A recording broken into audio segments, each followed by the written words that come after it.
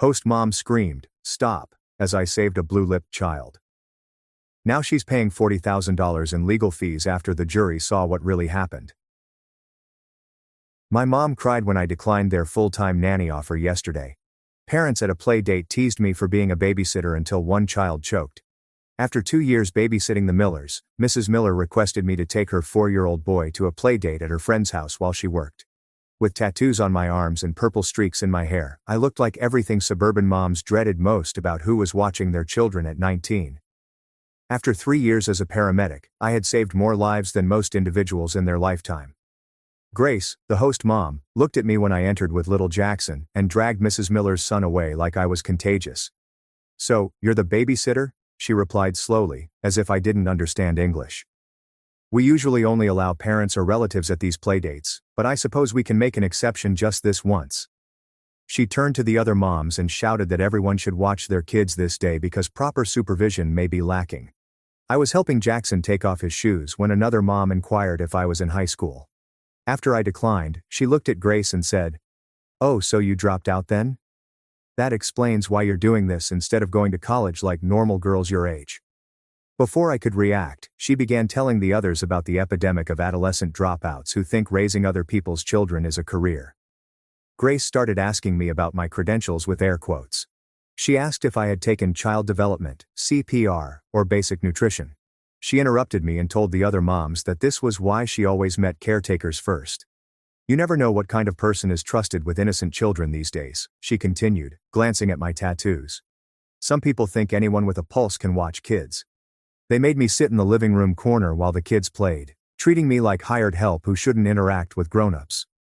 Looking at me, one mom loudly exclaimed, "That's the difference between a professional and someone who just needs quick cash," referring to her Harvard-educated nanny. "We invest in people who see childcare as a calling, not teenagers who probably spend the whole time on their phones while the TV babysits." Grace brought organic food for the kids and asked whether I knew what organic meant. She told her pals that these types fed kids processed crap since they didn't understand nutrition when I stayed quiet. "She probably gives Jackson McDonald's every day and calls it dinner," she added as I opened the kids' juice boxes. This is what happens when overwhelmed parents get desperate and hire the first warm body who responds to their ad. They discussed their nannies' salaries, making sure I heard about their comprehensive background checks and reference requirements. Some said they wouldn't hire somebody under 25 because they lack maturity and life experience to handle problems. They giggled as she remarked, "Can you imagine trusting someone who probably can't even do their own laundry with your child's life? These girls think babysitting is just easy money until something goes wrong and they panic." Grace tested me by asking what I'd do if a youngster developed an allergy. Before I could respond, she told everyone I probably didn't know what an EpiPen was. "This is the problem with informal childcare arrangements," she said. "No training, no education, just teenagers who think watching their younger siblings makes them qualified to care for other people's children." The latecomer's kid started coughing while eating grapes, and her mother laughed, adding, "Kids always make dramatic noises for attention." As the coughing worsened, she instructed her to drink water and quit being theatrical. Another mom explained that some parents don't understand safety, therefore she only gave her kids pre-cut items. I saw the little girl's face get crimson as she grasped her throat, unable to speak, and her lips turned blue as the moms chatted about their weekend plans. After seeing her daughter's color frozen in fright and her kneeling, her mother screamed. Grace yelled for 911 and another cried that the child was dying as the other parent shrieked and ran around uselessly. I jumped up and ran to the girl, recognizing total airway obstruction. Grace grabbed my arm as I prepared to execute the pediatric Heimlich technique behind her, yelling that I didn't know what I was doing and would harm her worse. I shook her off and hugged the child, my fist above her belly button. "Stop," Mother yelled. "You're going to kill her. Someone get this dropout off my baby." I pushed over Paige's flailing arms and placed my fist above Olivia's belly button and my other hand around it. Olivia jerked at the first thrust but didn't release anything. Paige yelled that I was hurting her daughter as she seized my shoulders. Second thrust was harder, compressing Olivia's ribs. Grace surged forward, but Olivia's third shove sent a grape flying off the coffee table and beneath the couch. Olivia gasped and coughed hard, turning blue to crimson as air returned to her lungs. I felt her chest rise and fall while checking her neck pulse with my arms around her. Paige kneeled alongside us, crying, and reached for Olivia, who was coughing but breathing on her own. She repeated the same remarks as the other moms stood frozen. Grace shakily fumbled with her phone, telling the operator that a youngster had choked but was treated, refusing to speak my name or look at me. Olivia coughed while I rubbed her back and kept her upright, watching her lips get pink again and her eyes focus. Paige had her hands over her kid like she wanted to grasp her, but was terrified. I said we needed paramedics to check Olivia's throat because the grape may have damaged it on the way down or up. Jackson grabbed on my shirt, and I told him his friend would be well while holding Olivia, who was still breathing hard. The other moms whispered in the corner, looking between me and Olivia, but never touching mine. The 8-minute wait for sirens felt like hours. I quickly gave the EMTs the rundown while holding Olivia steady as they arrived with their gear. When I used medical jargon, they seemed surprised, but the lead EMT nodded and asked for my certification number while Grace said I was the babysitter. He absolutely disregarded her and examined Olivia as I gave him my number. While checking Olivia's neck with a light, Paige held my hand and begged me to stay. Grace took her away and whispered that Paige shouldn't trust me since I could have injured Olivia worse. Paige snatched her arm away and yelled at Grace with a room-filling voice. Olivia's airway was clear, but the EMTs advised moving her to the hospital for observation after a minute without oxygen. Paige quickly requested me to join them in the ambulance. Grace blocked us from the door, stating I'd done enough harm and should leave. Another parent held her phone at an angle, indicating she was recording while texting. I eventually spoke up, asking Grace what damage she meant after saving a child's life while she worried about my tattoos. My voice was calm but chilly.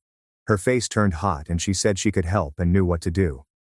After listening from the doorway, the EMT supervisor asked what was going on, his visage hardening as Grace explained her situation. When I gave him my name and certification, his expression altered completely. He clasped my hand and said he'd lost count of how many kids I'd rescued from the Riverside apartment fire last year. Grace's mouth opened and closed without speaking. After calling Mrs. Miller to explain everything, I sat in the hospital waiting room with Jackson on my lap an hour later. She wanted to leave work right away, but I promised her we were great and I'd bring Jackson home after checking on Olivia. Paige hurried to me with red eyes from the ER, holding me so hard I could barely breathe. She started telling me what the doctor said but couldn't finish and began squeezing me. Dr. Bennett followed her out and smiled at me. He told Paige I was one of their best, loud enough for Grace and the other moms who followed us to hear.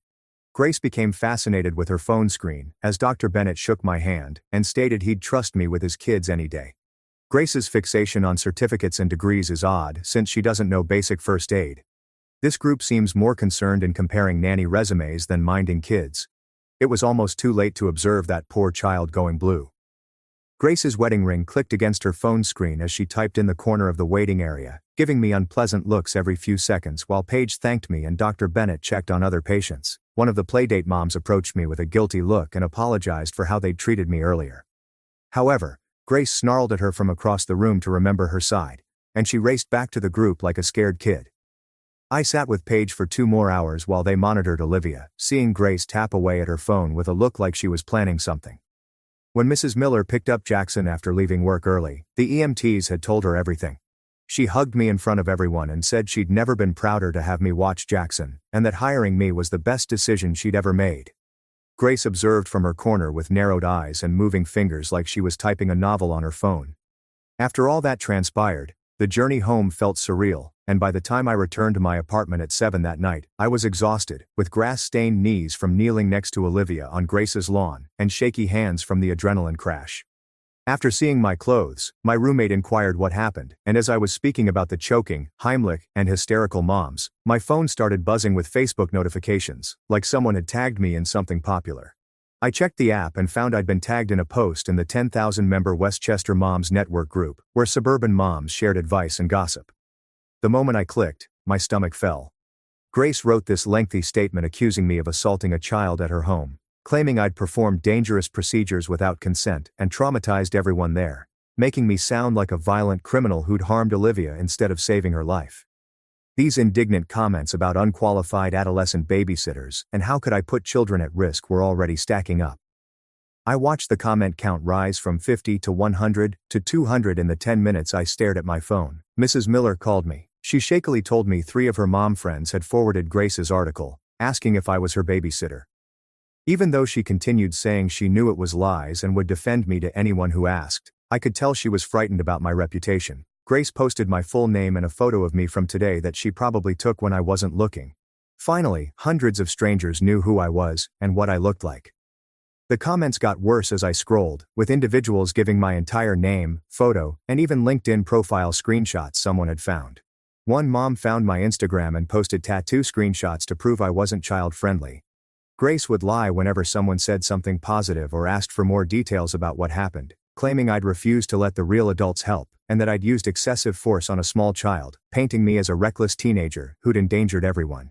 Paige called again about 11 that night, crying so loudly I couldn't understand her, saying Grace would sue her if she denied the account or defended me online.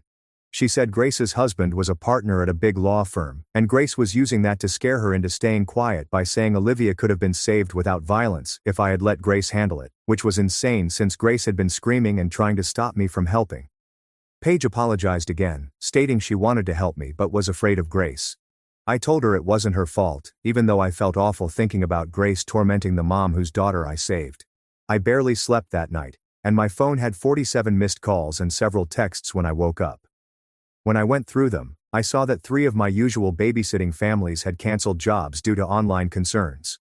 When I saw an email that made my blood run cold, my paramedic certification board had received a formal complaint about my conduct and would investigate, which could mean losing my certification if Grace's lies were true. After 500 shares and 2,000 comments, Grace's post traveled across mom groups in Westchester and beyond, distributing my name and photo like a wanted felon.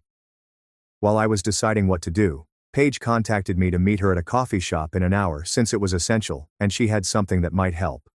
I dressed and drove there, shaking my hands on the steering wheel.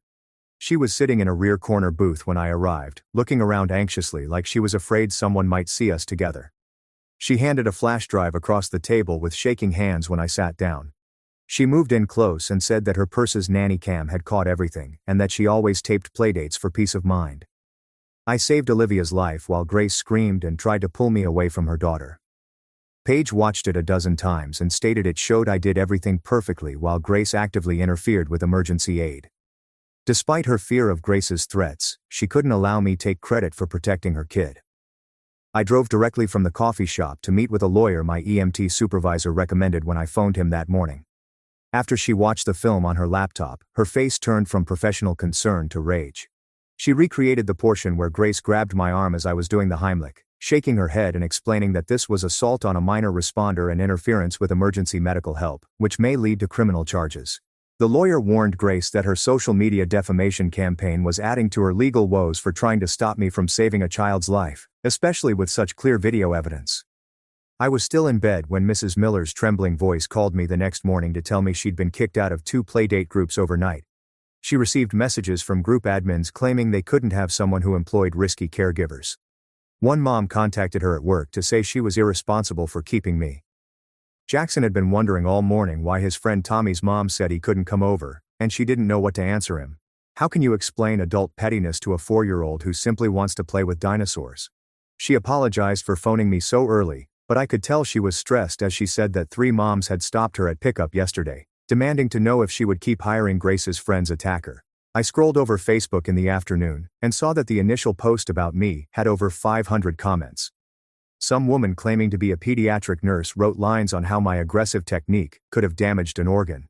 Despite never attending the playdate, she was reviewing frame-by-frame screenshots shared by someone, circling my hand location and adding medical phrases to seem professional.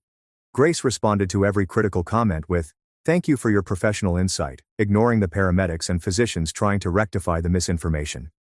Grace deleted their comments or reported them as harassment when my paramedic pals from training posted links to the Red Cross rules and said that what I did was textbook pediatric choking treatment. The phony nurse kept saying that children should never have violent abdominal thrusts and that I should have encouraged the youngster to cough, which made me want to scream because you can't cough with a clogged airway. 3 days later, I arrived at the fire station for my EMT shift to find my supervisor, Tom, in his office with a stack of documents and a gloomy face. The state board received a written complaint that I was unstable, abusive, and hostile toward youngsters. Even though he knew it was crap, he had to document everything.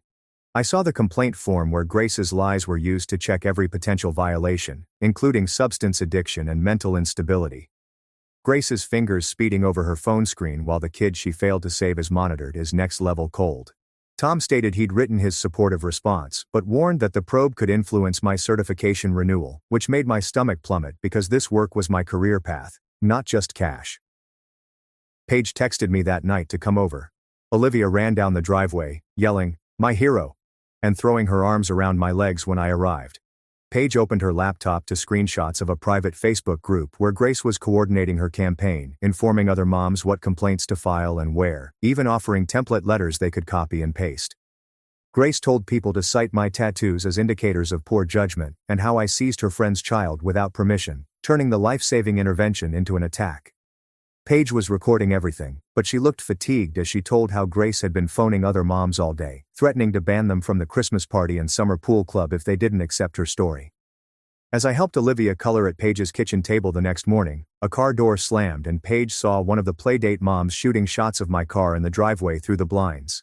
An unknown number, Grace's husband's legal firm, texted Paige within an hour. An official cease and desist letter with costly letterhead arrived by lunchtime via courier. Paige was warned that releasing any images, videos, or libelous content about Grace would violate privacy regulations. The letter explicitly addressed the Playdate security footage, which was captured without approval. Paige's hands shook as she read it because she knew they had strong lawyers and deep finances, whereas she was a single parent working 2 jobs who couldn't afford a legal battle. The morning of day 4, Dr. Bennett called while I was preparing coffee to say Grace's lawyer had contacted the hospital to demand she retract any statements supporting me. Despite Paige's consent, they threatened to report her to the medical board for violating patient privacy by disclosing Olivia's treatment and demanded she sign a statement claiming she couldn't guarantee my activities were appropriate. She told me she had contacted the hospital's legal department and was writing a formal medical report about Olivia's treatment, indicating she would have perished without rapid intervention. I could hear her wrath when she mentioned the woman would have let a child die to protect her ego. That day, I realized Grace's reach. Even though I generally get many texts about babysitting gigs before midday, my phone went silent. I checked my babysitting app and found 3 cancellations from frequent families with unexplained schedule changes. A parent I'd been working for over a year didn't answer to my text for hours before admitting Grace had contacted everyone in their Mommy and Me group. She sent me a screenshot of Grace's message warning that anyone who hired me would enable dangerous behavior and be excluded from all group activities, including their popular music class and the weekly playground meetups that were essential for social survival. My lawyer, Rachel, filed a counter cease and desist against Grace for defamation and interference with business relationships on day 5, as well as a formal complaint to the district attorney's office about potential criminal charges for interfering with emergency medical aid. She emphasized that blocking someone from rescue a choking child may be reckless endangerment, and with numerous witnesses and video proof, Grace might face jail time if the DA pursued it. Rachel translated the lengthy legal paperwork as, Grace had messed with the wrong person and was about to learn that her husband's costly lawyers couldn't protect her from criminal accusations. Grace filed for a restraining order on day 6, saying I was stalking and harassing her through my friend's social media posts. She printed out every remark backing me and highlighted portions where people called her negligent or dangerous to prove I was coordinating a concerted harassment campaign. The hearing was the following week, and the temporary injunction prohibited me from being within 500 feet of her home, or any location she might be, which ruled out working for half my clients as they all lived in the same neighborhood. I was surrounded by legal papers and photographs when Mrs. Miller knocked on my door with a casserole dish in Jackson's hand that evening. She looked at my coffee table clutter and laid the food down before hugging me. With a paper in hand, Jackson hopped onto the couch next to me. I was sketched in a crimson cape next to a tiny girl with "Hero" written above it in wobbly 4-year-old handwriting. When he asked why Mrs. Grace was cruel to me, I didn't know how to explain to a youngster that some adults care more about their image than their lives. While Jackson was coloring, my phone buzzed, and Paige's name appeared, which made my stomach plummet because she never phoned me. She explained that Grace had filed a report with Child Protective Services, claiming she'd endangered Olivia by letting an unqualified person assault her daughter. My whole body went cold as she spoke. The report stated that Paige failed to safeguard Olivia from me, and CPS was investigating her parenting. Jackson cheerfully drew more pictures while Paige wailed on the phone about how they were doubting her fitness as a mother. I couldn't believe Grace would go this far just because I saved her daughter's life. I received a flood of texts from pals wondering if I'd seen the news the next morning. I saw my face on the local morning show with the headline, "Babysitter Scandal Splits Rich Suburb," along with Grace's worst social media photo. The reporter was outside Grace's house asking her about how horrified she was that someone like me was allowed near children, and they kept saying I hadn't commented, even though nobody had asked me. Within hours, my EMT colleagues posted videos online describing the pediatric Heimlich maneuver and why every second counts in a choking emergency, several of which mentioned my name and confirmed I followed protocol. My paramedic union issued a statement defending my actions, but Grace's mom group responded that we were protecting ourselves rather than the children. I was recognized at the grocery store the next day from the news coverage. I was reaching for milk when I heard a woman loudly telling her friend that I was that violent babysitter from TV. Another shopper immediately jumped in, saying she'd seen the real story online about how I'd saved a kid's life, starting a full-blown argument in aisle 3. My lawyer called me in for deposition prep and showed me printouts of Grace's social media history from years prior, showing me posts where she'd targeted people she thought were beneath her, including 2 previous nannies who'd quit after harassment campaigns, a house cleaner she'd accused of theft without evidence, and a contractor she'd tried to destroy online because he'd parked his work truck in front of her house. Her previous attempts had been smaller, but this one had television attention, legal threats, and a community watching. That afternoon, Paige informed me that Olivia had been calling me her angel and thanking me for saving her every day, but they couldn't meet me due to legal concerns. Even though I saved Olivia's life, Paige's husband blamed her for trusting me with their daughter during the CPS investigation, which was destroying their marriage. Grace was waiting at the courthouse with 3 lawyers in fancy suits and a hefty folder of evidence when the restraining order hearing date came sooner than expected. She looked like a worried suburban mother safeguarding her community in court, and several of her friends supported her in the gallery. Grace started crying on cue as she testified about how I'd physically attacked a child and created an atmosphere of dread in their community, where mothers were afraid to leave their children with anyone. This well-dressed, eloquent mother stated she couldn't sleep at night knowing I had access to other innocent children, and the judge seemed to believe her.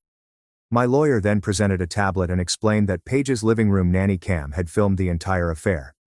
Grace filed a CPS report against Paige for saving her daughter's life, which makes me question her motivations. This goes beyond her pride and image. I saved Olivia's life while Grace yelled at me to stop and tried to pull me away from the suffocating kid, and the courtroom went silent. Grace's lawyers screeched that the tape was illegal, but the judge saw Grace aggressively interfering with life-saving help while her daughter's lips became blue. Watching Grace grasp my arms and try to stop me from conducting the Heimlich maneuver changed the judge's expression. After the film concluded with Olivia breathing again thanks to me, he looked at Grace in disgust. He denied the restraining order and said Grace might be charged with false police reporting and interfering with emergency medical help. He applauded my actions and warned that interfering with life-saving help could have killed a child. Grace fled the courtroom with her lawyers searching for her, leaving her supporters stunned at how quickly their story had unraveled. Next morning, my phone was buzzing with notifications from the local press. Video vindicates babysitter and choking incident. Everyone who called me a monster now wanted to listen. Grace's Facebook group went into damage control mode, with some members saying they'd been deceived and others claiming the security tape was manipulated. While having breakfast, I read through the comments and saw mothers argue about whether Grace had lied or been confused in the moment. Even though her lawyer presumably told her to keep away from me, Paige and Olivia answered my doorbell that evening. The little girl handed up a piece of construction paper with crayon drawings of stick figures and the words, "Thank you for saving me," scrawled in shaky letters across the top. Paige's eyes were red as she told that the CPS investigator had examined the security footage 3 times and was closing the case since I saved her daughter's life. She hugged me on my porch while Olivia put her arms around my knees, and I felt my chest loosen for the first time since this nightmare began. The next day, my phone was full of texts from families I'd worked for over the years, some apologizing for doubting me, and 2 giving me immediate job. Even with video proof, many others remained silent, and I knew my reputation would suffer for longer than any news cycle. The DA's office announced an investigation against Grace for interfering with emergency medical aid and creating false police reports, which could result in serious penalties. Her husband's law firm suddenly withdrew from defending her within hours. By midday, she'd recruited a famous criminal defense attorney who kept rich people out of jail. Grace's new strategy became evident when her lawyer said she was distraught by watching a child nearly die and didn't think properly when she tried to stop me from assisting. Her remaining supporters started the Mothers in Crisis campaign, arguing that punishing a woman for protecting children would set a dangerous precedent and criminalize maternal instincts. They held protests and inundated social media with stories about mothers who made mistakes in panic and shouldn't be punished for caring too much. A local news producer asked me to give an on-camera interview to explain my perspective. After thinking about it, I accepted, even though appearing on TV made me queasy. My EMT outfit with patches and pins identifying my credentials was worn the morning of the interview, so everyone could see who I was. About 20 demonstrators held posters reading "Protect Our Children" and "Credentials Matter" outside the station, and chanted about protecting kids from incompetent caretakers. Even when they cried that I was exploiting a tragedy for fame, I walked by them with my head high and uniform pressed sharp. The studio host was amazed by my calmness and professionalism. The red recording light blinked on as we sat under the bright lights, and she asked me to enumerate my years of training and expertise, which I did calmly. When she mentioned the playdate, I recounted how I saved Olivia using medical terms but keeping it simple for viewers. She asked about Grace, and I looked right at the camera and explained that a child nearly died because she concerned about my appearance instead of helping. That night's interview was shared thousands of times, with medical specialists from around the world commenting on the textbook reaction to pediatric choking. The #sign just the babysitter trended as childcare professionals shared their stories of being undervalued, despite their training and expertise. Grace's Mothers in Crisis campaign waned as more people saw the clip and heard from medical authorities about Olivia's near death. The next day, Mrs. Miller called to say she was hosting a support gathering at her house for all the families I'd worked with who wanted to show their support. 12 families filled her living room that evening, including parents and kids I'd babysat since 16.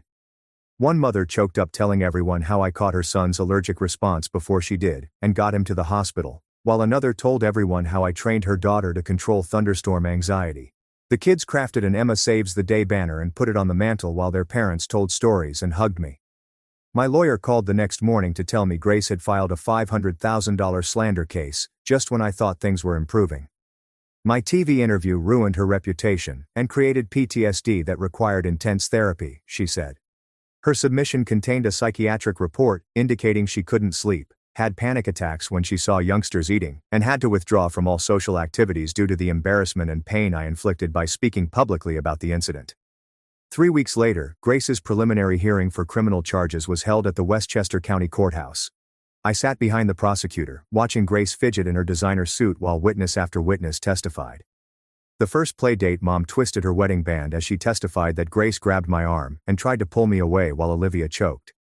When the defense lawyer questioned her, she retreated, stating, "Maybe she misremembered because everything happened so fast." Another mom said that Grace interfered, but she was focused on her own child and couldn't remember what Grace said. The prosecutor showed Grace's home security film showing her physically detaining me for several seconds while Olivia's face turned blue. Even Grace's lawyer felt uncomfortable watching it on the courtroom monitor. The court set the trial for 3 months and denied the defense's petition to dismiss, saying there was sufficient evidence that Grace's actions could have resulted in a child's death. Grace's husband served her separation papers at their residence the next morning. By midday, she released a sobbing video on social media saying I damaged her family and life over a mistake. Her fans instantly began a GoFundMe that gathered $12,000 in 6 hours, branding me a homewrecker and stating Grace was vilified for protecting children from an unsuitable teenager.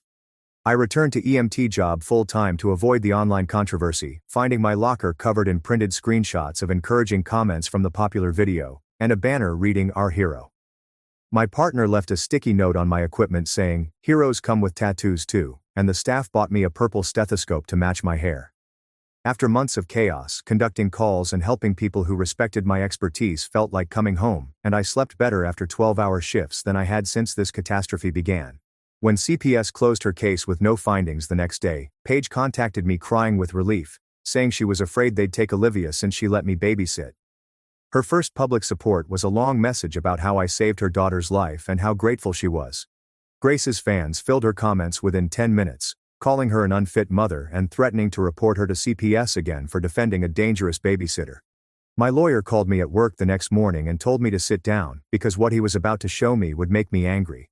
He then forwarded screenshots from a whistleblower in Grace's mom group showing Grace explicitly instructing other moms to file false complaints about me with licensing boards, CPS, and the health department. Grace's lawyer labeling her behavior maternal instinct is like calling a food battle nutritional distribution. Though words exist, their significance got lost between reality and legal fees. Grace said, "I don't care if it's true, just make her life hell until she disappears," with a list of agencies to contact and allegations to make in her deadliest message. As I read dozens of mails revealing Grace directing a harassment campaign, assigning different moms to file different complaints to make it look random, and supplying a template with exact phrasing, my hands shook. My lawyer promptly filed everything with the court and prosecutor, and within hours, 3 organizations acknowledged they'd received practically identical accusations about me within 2 days. The prosecutor charged Grace with conspiracy and criminal harassment, and numerous moms were accused of filing fake reports. The mom group's Facebook page went into disarray as members realized they could face legal ramifications. Some posted public apologies and retracted their accusations, while others claimed Grace had deceived them and they didn't know the charges were bogus. The group administrator took down the page when someone disclosed all the private messages to a local news station, shattering Grace's image as a worried mother by telling people to lie to ruin a teenager's life. Page invited only families who believed my tale to a play date to support me, and I nearly cried as Olivia ran up to me, saying, "Miss Emma saved me," to everyone. Other parents told how Grace targeted other moms she didn't like, circulated rumors about families that didn't match her suburban image, and used her social clout to exclude people from community gatherings. After recognizing me the next morning, my favorite coffee shop owner refused to let me pay, and made the hero babysitter with purple foam art. After seeing the story online, several local companies offered complimentary meals and services. The community support helped, especially when the pizza company delivered free dinner to the EMT station for our crew, with a note thanking me for standing up to bullies. Grace's lawyer called me 3 days later to arrange a settlement in which she'd abandon her civil complaint if the criminal charges were reduced to a misdemeanor. The DA refused instantly, saying interfering with emergency medical treatment created a dangerous precedent that demanded punishment. A month later, the American Academy of Pediatrics emailed me to speak at their Emergency Response and Bystander Interference Conference, which sounded like a wonderful approach to assist others avoid what happened to me. The conference organizers said they had been following my situation and intended to use it to teach medical professionals about untrained persons preventing emergency treatment. I agreed instantly and prepared my presentation.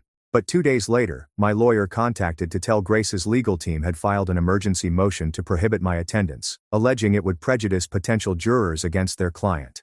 The judge dismissed it in 5 minutes, saying I could speak my professional expertise and teach others about emergency protocols.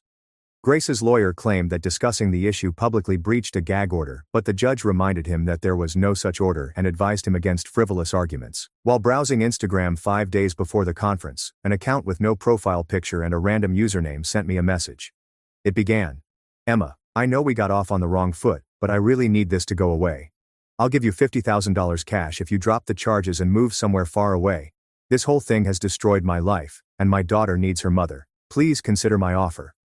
I immediately screenshotted and called the detective, who found Grace's home computer's IP address.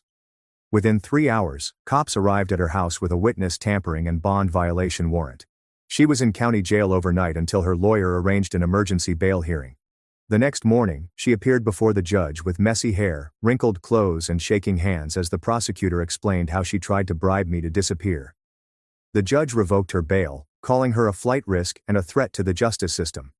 2 supporters joined her after the dozens who'd protested outside the police station, and they seemed uncomfortable when the prosecutor read my screenshot messages. Jackson inquired when he might play with his old buddies again a week after Grace went to jail while we were at the park with Mrs. Miller. Mrs. Miller knelt and explained that they had better friends whose parents worked hard like her and knew that Miss Emma was a hero, not simply a babysitter. Later, she said losing Grace's social circle was the best thing for her since she met other working parents who valued childcare providers and didn't criticize her for working. Over the next few weeks, women from that play date sent me Facebook messages apologizing and explaining their behavior. Grace kept a mental inventory of who was faithful and who required social exile, so one said she only mocked me because Grace excluded anyone who didn't follow her. Grace used her knowledge of affairs, finances, and family secrets to manage her group, according to another. Everybody feared Grace would target them next, so they learned to attack whoever she pointed at first. Grace's former pals described her as a cult leader in the deposition 2 months after her imprisonment. They recounted loyalty tests where Grace planted rumors about someone to see who would repeat them to the victim, punishing those who warned or declined. One woman broke down crying when telling how Grace had pushed everyone to avoid her sister for 6 months after she questioned Grace's treatment of a nanny, only allowing communication after the sister publicly apologized at a group dinner. The prosecution's expert witness, a psychologist who examined Grace, said that she had narcissistic personality disorder with antisocial traits, needing continual praise and control, and lacking empathy for others she considered inferior. I was contacted by the head of a famous childcare training institution, a week after the depositions to teach emergency response classes. She claimed my example showed a huge vacuum in teaching about bystander interference and emergency protocols, and they wanted someone with real-world experience to train future childcare providers. The compensation was quadruple what I made babysitting, with full benefits and the possibility to save lives by teaching crisis response. My first day teaching, I entered a classroom of 30 excited students, several of whom recognized me from television coverage and stated they'd decided to become childcare workers after witnessing how I handled the problem. Because of my experience, one young woman lingered after class to inform me she was going to acquire her EMT certification. She'd never realized how vital medical training was for childcare workers. Grace's remaining supporters organized a maternal rights rally outside the courts 2 weeks into my new employment as a last desperate move. While driving by on my lunch break, I saw 12 people holding signs about government overreach and the criminalization of motherhood, while across the street were 3 times as many counter-protesters, including parents whose kids I babysat and medical professionals supporting emergency response. The local news barely mentioned it, broadcasting a 10-second clip at the conclusion, with the anchor adding that popular opinion had changed considerably since the occurrence. Grace's fourth lawyer submitted a move to abandon the case the following Monday, citing irreconcilable disagreements with his client. Her new counsel promptly requested a postponement, stating they needed months to analyze the case files. The judge slammed them, claiming Grace had been exploiting lawyer changes to delay for too long.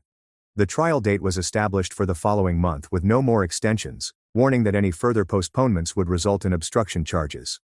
Trial prep filled my life for weeks, and I finally slept through the night for the first time since the whole disaster started because my panic had hardened into steel every time I thought about facing Grace in court. My lawyer showed me stacks of evidence during our meetings, pointing at highlighted sections of Grace's social media posts and dozens of play-date witness statements. He smiled confidently and said, "We have more proof than most prosecutors dream of." Grace offered me $50,000 to disappear. This is a lot of money for someone claiming to protect children. I wonder why she's terrified of people discovering her past actions. Paige contacted me crying one night because Grace's pals kept calling her a traitor. She pledged to testify regardless of what they said, or did to her family. On day 100, Grace's lawyers tried to keep anyone with medical skills or kids off the jury by asking probing questions about whether they'd hired babysitters or had strong childcare feelings. However, the judge consistently shut them down and limited their dismissals. The final jury included nurses, teachers, parents, and a pediatrician. Grace's lawyer tried to exclude but couldn't. First trial day opening statements were like seeing 2 movies about the same event. The prosecutor methodically walked the jury through the timeline, while the large screen showed Grace's footage of her screaming at me to stop rescue Olivia. Her lawyer intervened, alleging Grace went insane from maternal terror while observing a kid in danger. Several jurors rolled their eyes when he suggested I was a careless adolescent who got lucky, and one woman in the front row shook her head when he described Grace as the victim. On the second day they called me to testify, and I spent 3 hours recounting the day from arriving at the play date to administering the Heimlich, while Grace struggled to pull me away. When her lawyer asked if I had sufficient training, I maintained calm and recounted every certification date, protocol number and hour of training I'd completed. He kept attempting to make me look irresponsible and unqualified, like I behaved without thinking. The prosecutor kept arguing and presenting the video of Grace practically grabbing my arms while I was compressing a choking youngster. When Grace's lawyer sarcastically inquired if I'd ever saved someone before that day, implying I was unskilled, everything changed. The prosecution shouted that he'd revealed my whole professional history, allowing me to describe every rescue. While Grace shrank in her chair, I spent the next hour listing the 7-year-old who drowned at the community pool, the diabetic teenager who went into shock at the mall, the elderly man with a heart attack at the grocery store, and the baby with a severe allergic reaction, listing each save with dates and outcomes. Her lawyer objected, but the court reminded him he asked the question. 2 jurors were crying by the time I finished explaining my fire chief and emergency services recommendation letters. Paige is weeping on day 3 as she described how she'd frozen watching Olivia become blue, how she thought her baby was dying in front of her, and how I'd pushed past everyone to save her daughter as Grace tried to stop me broke my heart. Grace's lawyer scarcely asked her any questions, undoubtedly knowing the jury was against them, especially when Paige looked directly at Grace and declared she'd never forgive her for almost killing Olivia with her meddling. Dr. Bennett testified on day 4 as an expert witness, using medical diagrams to describe choking and saying Olivia had 2 minutes before irreparable brain damage or death. One judge gasped when he showed a mannequin's arm placements to prove Grace's meddling may have been fatal. On day 5, the other playdate moms testified with varying degrees of loyalty to Grace, but under oath, most admitted she'd grabbed me and tried to stop the rescue, with one breaking down and apologizing to me on the stand, saying Grace had threatened to destroy her husband's landscaping business if she didn't support her story. On day 6, while fetching water from the fountain, Olivia hugged me tightly and Paige smiled. Grace remained paralyzed across the corridor, watching the child she almost killed cling to her rescuer. Grace's face crumpled for a moment, possibly exhibiting guilt for the first time since everything started, before her lawyer pulled her away.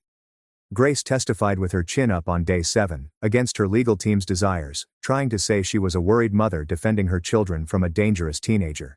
The prosecutor shattered her allegations using Facebook posts, text messages and video proof.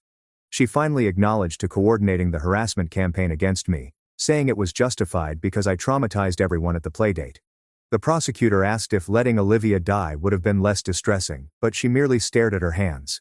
My lawyer put Mrs. Miller to the stand first the next day, and she stood with her shoulders straight and told everyone I'd been watching Jackson for 2 years without a problem. How I usually arrived early and stayed late when she was stalled at work. Jackson would run to the door whenever I arrived because he loved me. My EMT supervisor then took the stand and showed the judge my training records, detailing how I'd scored in the top 5% of my class, saved 3 lives, and how other paramedics wanted to work with me because I stayed calm under pressure. 3 other families I'd worked for testified about how I handled their kids' allergies, tantrums, and homework, and how their kids still asked about me months later. The prosecutor showed hospital surveillance film of me in my EMT outfit aiding automobile accident victims, then asked the jury if this seemed like someone who would hurt children. Grace's lawyer argued that being skilled at your profession didn't preclude mistakes. However, my boss remarked I was the most reliable on her staff when he asked if I'd ever frozen in an emergency. The prosecutor showed the jury images of Olivia in the hospital, her face pink and healthy after I saved her life, during closing arguments the next morning. He recounted each moment of that day, how Grace had criticized my age and appearance, tried to physically stop me from rescuing a dying child, and then tried to kill the person who had done what she couldn't. He showed them the phony social media profiles, threatening messages, and calls to my employers trying to dismiss me and urged them to think if every lifesaver faced this kind of persecution. Grace's lawyer stood up and requested for explanation, stating Grace was a worried mother who panicked in a difficult situation, never meant for things to go so far, and losing her daughter's respect was punishment enough. His error was that I could have announced my training before performing, and the prosecutor leaped up to warn everyone that unconscious children can't wait for credentials. After lunch, the jury deliberated, and we waited in the hallway while reporters tried to get remarks and Grace's supporters clustered in the corner, staring at me. Even though my lawyer thought the case was sound, Paige sat next to me holding my hand as Mrs. Miller kept Jackson busy with coloring books. I was in knots because you never know what 12 strangers will conclude. 3 hours later, the bailiff called us back in, and Grace gripped her lawyer's hand so tightly her knuckles turned white as we entered the courtroom. Jackson climbed onto my lap with his crayons and drew ambulances while we waited as the jury members took their seats one by one without looking at anyone. The judge asked if they'd reached a verdict, and the foreman stepped up with a piece of paper and responded yes, his voice steady. Grace made a wounded sound like someone had punched her in the stomach as he read the charges. Interference with emergency medical aid, conspiracy to harass, filing fake police reports, witness intimidation. The judge revoked her bail right there, claiming she was a risk to the community, and 2 officers handcuffed her while her supporters gasped and yelled that this wasn't fair. Grace looked to me one more time, her face pallid and hollow, and said, "I'm sorry," before they escorted her past our table and into the side door. Paige squeezed my palm harder and whispered an end. Instead of delight or satisfaction, I felt false comfort that maybe I could finally sleep without checking my locks 3 times. As we exited the courtroom, reporters shoved microphones in my face and asked how it felt to win, if I forgave Grace, and what I would tell other young professionals suffering discrimination. I tried to find words in my best outfit, with the purple streaks Grace had sneered at, on the courthouse steps where more cameras waited. I spoke briefly about how spectators need basic first aid training, how every second counts in an emergency, and how qualified experts should be allowed to work without interference. I praised Mrs. Miller, my EMT supervisor, and Paige for telling the truth, even though it meant hurting her buddy. Grace saying "I'm sorry" while being brought away in handcuffs is different when you consider she spent months attempting to trash the person who saved a kid. Apologies are all about timing. I then dedicated the triumph to all the EMTs and paramedics who save lives every day, often without acknowledgement, and often under abuse from the individuals they help. The Miller family took me out to celebrate that night to a little Italian spot where Jackson could eat his favorite pasta and make a mess. He gave me a construction paper and crayon book called My Hero Emma, halfway through dinner, with illustrations of me in my EMT costume saving people from fires, car crashes, and dinosaurs. Other restaurant patrons knew me from the TV, and sent me a giant chocolate cake, and the proprietor refused to let us pay, stating anyone who saved children was welcome anytime. Jackson fell asleep across my shoulder with his picture book on the way home, and Mrs. Miller said she'd received 3 calls from different families asking if I had any babysitting opportunities. Over the next 4 months, I balanced my EMT shifts with community center first aid training and eventually rebuilt my babysitting clientele. Some playgroup families never contacted again, while new ones sought an emergency responder after hearing what transpired. I would see individuals at the grocery store thanking me for standing up to bullies or staring at me and wonder if they recognized me from the press or were Grace's fans.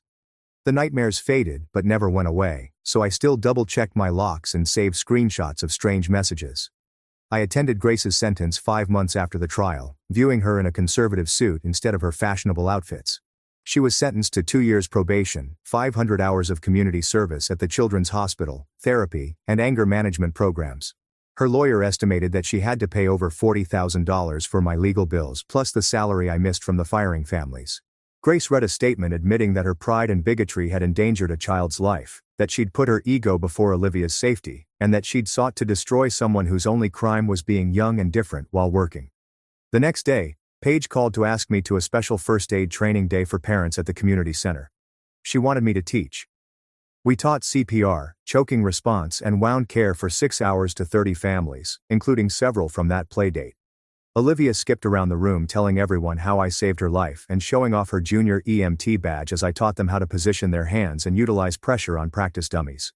One of the moms who laughed at me that day apologized later, saying she'd been foolish to judge me by my age and appearance, and that she'd taken a whole first aid course to never be that useless in an emergency again. After covering everything from allergic reactions to broken bones, Paige decided to make it a monthly event, bringing in different emergency responders to teach parents how to safeguard their kids in seconds. My therapy sessions helped me comprehend everything in the months that followed. One afternoon when sorting mail, I found an envelope with Grace's handwriting. I opened it with trembling hands during my session. She wrote 3 pages on how she was afraid of losing control and status. How watching me save Olivia had shattered her worldview, and how she was learning about narcissistic injury and treatment. She prayed for forgiveness, but I folded the letter and put it in my luggage, knowing I wasn't ready. The Pediatric Training Center contacted a week later with a full-time employment to build their curriculum. When I notified my babysitting families, they threw me a goodbye party at the park, where Jackson clung to my leg and asked me promise to come for emergencies. My first major conference had me standing in front of 200 childcare providers, clicking through GRAPE incident slides and reaction tactics with steady hands. After I concluded, hundreds more others shared their tales of being discarded and misjudged, forming an informal support network. Paige shared me a video of Olivia's kindergarten show and tell, where she proudly showed her class the child-safe choking warning, and told everyone about her hero Emma, while her teacher made notes to apply it school-wide. I was examining training materials when a hospital nurse told me she'd witnessed Grace reading books and engaging with the youngsters in the children's ward.